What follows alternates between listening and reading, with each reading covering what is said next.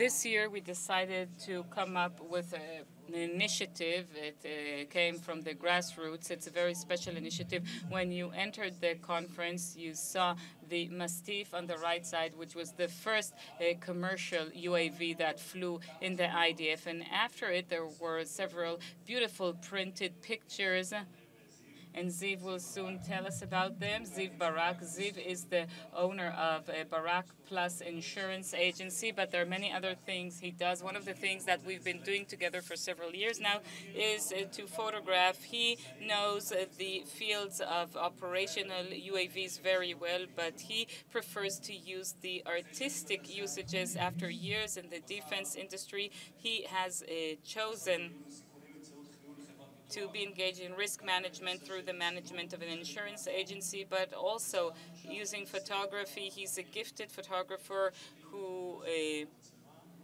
uses drones as something to complement his photos, and he'll explain a bit about the photos and what led him to make the choice he made.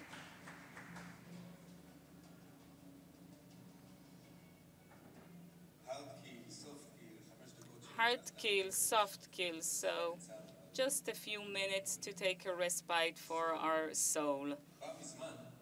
It's going to be short and nice for the heart. A long time ago, when I was a kid, I was in an uncle's or aunt's living room, and I saw a book that stunned me. It was called The Horizon Line. Maybe you remember it. It was the first time that I saw the world from a different angle from above, from the skies. And it immediately made me think that I have to be a pilot, but it didn't work out for me. Fast forward to today, I'm involved in risk management and insurance, but for my heart and soul, I also do photography. In recent years, mainly with drones. So when you entered the exhibition today, you could see that Unger also learned how to look at the world not just as an assignment or mission between the eyesights, but also as an exceptionally beautiful place, because the day technology allowed us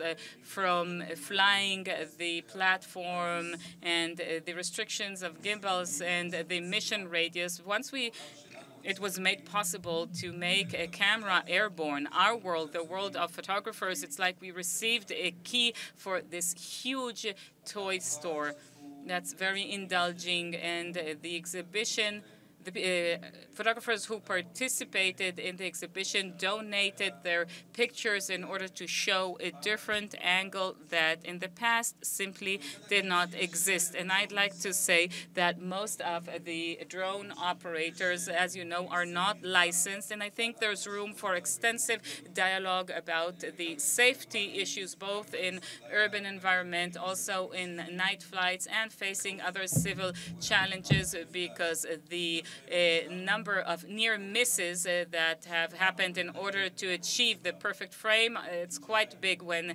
a father buys a DJI Mini 3 at best, or a combo for his son's bar mitzvah, and they go out to travel and take pictures, well, that has various meanings.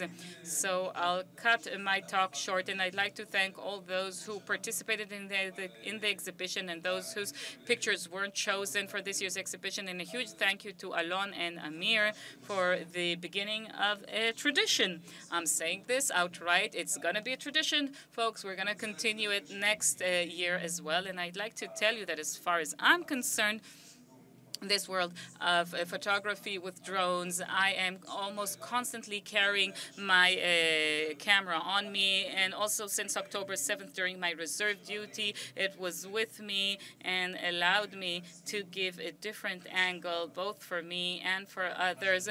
This is the photo that I chose to show on the exhibition, and of course no need to add anything to that. These were very difficult, scathing photos, but indeed it is our privilege to use the power of the camera in order to bring something very different. And I invite all those who see the world from above. Ro'i Bachar you're still here. I've decided to adopt what you said with the camera that's located exactly at the right place at the right time. So in additional to the operational aspect and the need to put super sites on the way to or back, take some time to appreciate the frame and see all the beautiful things we have to offer. Thank you very much.